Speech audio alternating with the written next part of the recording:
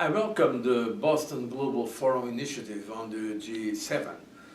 I wish all the best for that meeting. Unfortunately, because of previous commitments, I will not be able to participate, but I've been informally in contact with the participants, and I know they have been preparing a very good work that can be a very interesting input for the G7 summit in Japan. And what can we say about the G7?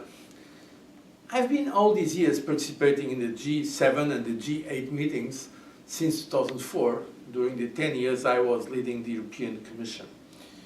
And my experience of this format is indeed a very positive one, because you have there the leaders of the 7 very important countries in the world, together with the European Union, discussing in a very deep manner the most important issues in the global economic and political agenda. This meeting this year in Japan comes, of course, at a very important moment. We are still seeing signs of some concern regarding the global economy. We are seeing an unprecedented situation of monetary injection, at the same time some retraction in terms of investment, and also concerns about the lack of consumer and investor confidence, namely in the more mature economies. So I believe it will be important to have a common approach in this G7 meeting in Japan on support for growth, sustained growth. If all the economies that are represented by the leaders in the G7 summit commit to consensual approach on this matter, it will certainly be good news for the global economy.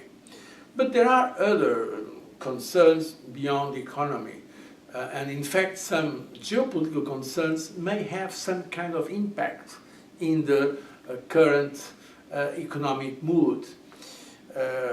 Global threats like international terrorism, Muslim fundamentalism, they are in fact very bad news. The consequences of the conflicts in some areas, namely in the Middle East, the Syria conflict, and I believe it will be important to have a clear statement of the leaders of G7 about those matters.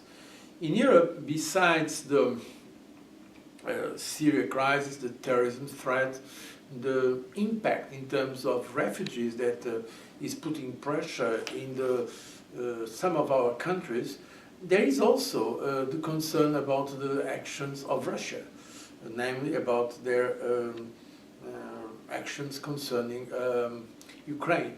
I believe it will also be important to have a frank and open discussion among leaders in this G7 summit.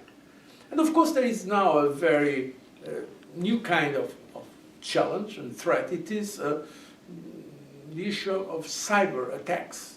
And so I think it is important that the world is serious tackling that challenge and that threat of cyber security. It's a new kind of threat, and for a new kind of threat we need new instruments.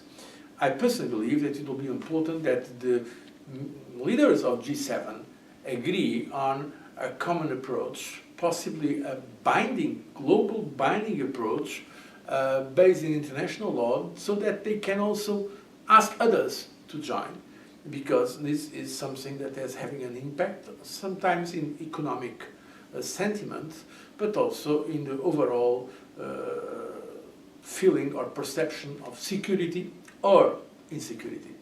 So I really hope that the G7 in Japan makes progress in these and other areas, and from my personal experience participating in so many of these G7 or G8 meetings, I can tell you that's a very adequate forum for having really intimate, sometimes with some level of complicity, meetings where leaders can, during some days, very openly discuss the issues, and of course afterwards agree on some positions. And it is important to talk, because that is the best way to achieve convergent views.